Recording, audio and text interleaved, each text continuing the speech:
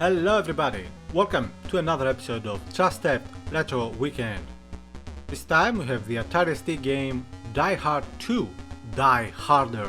The game is based on the movie with the same name and it is not a bad one, movie or game.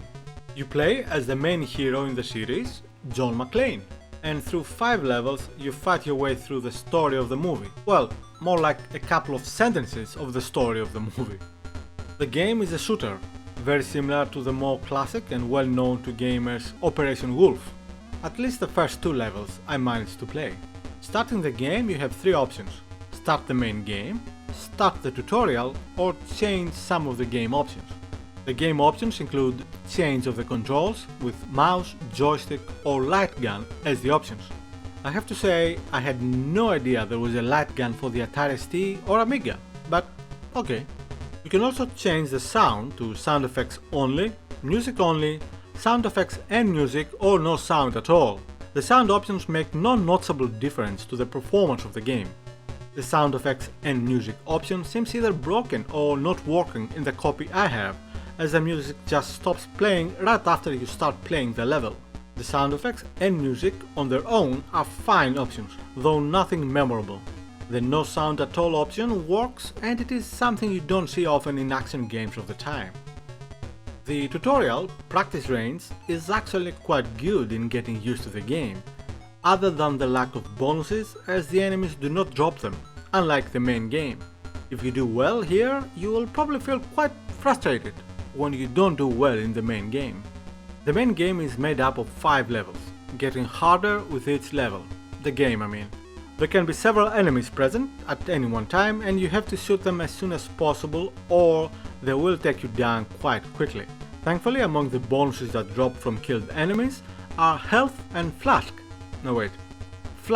jackets, which provide extra health and very short bonus in armor. You start the game with a terrible gun, which you will need to upgrade as soon as possible.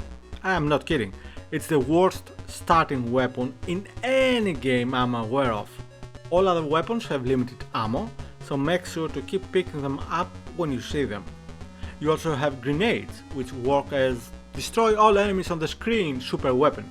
One of them takes out any normal enemy, though the bosses at the end of the first level can still be alive after 3.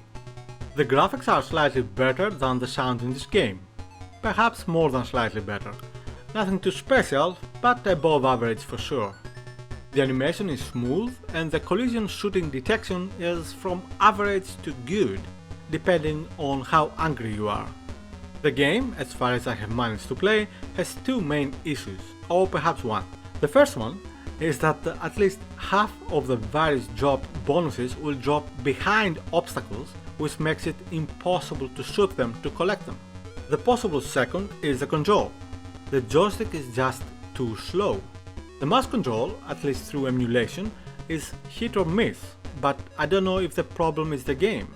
My current mouse sucks, Logitech, and it's really hard to make the necessary DPI adjustments I could make with other mice to bring it to the level I want.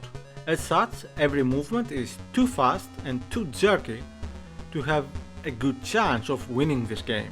In fact, I'm surprised I managed to reach the second level after feeling the disappointment with the controls in the tutorial part.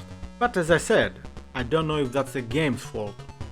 Overall, if you manage to solve the control issue, this is a fun game for half an hour or so. Far from perfect, it is still entertaining and not a bad game. Thank you very much for watching. I hope you enjoyed this video. Please don't forget to like and subscribe if you haven't. You can always donate me a coffee, link below, if you want to more actively support me. Have a nice, happy gaming weekend.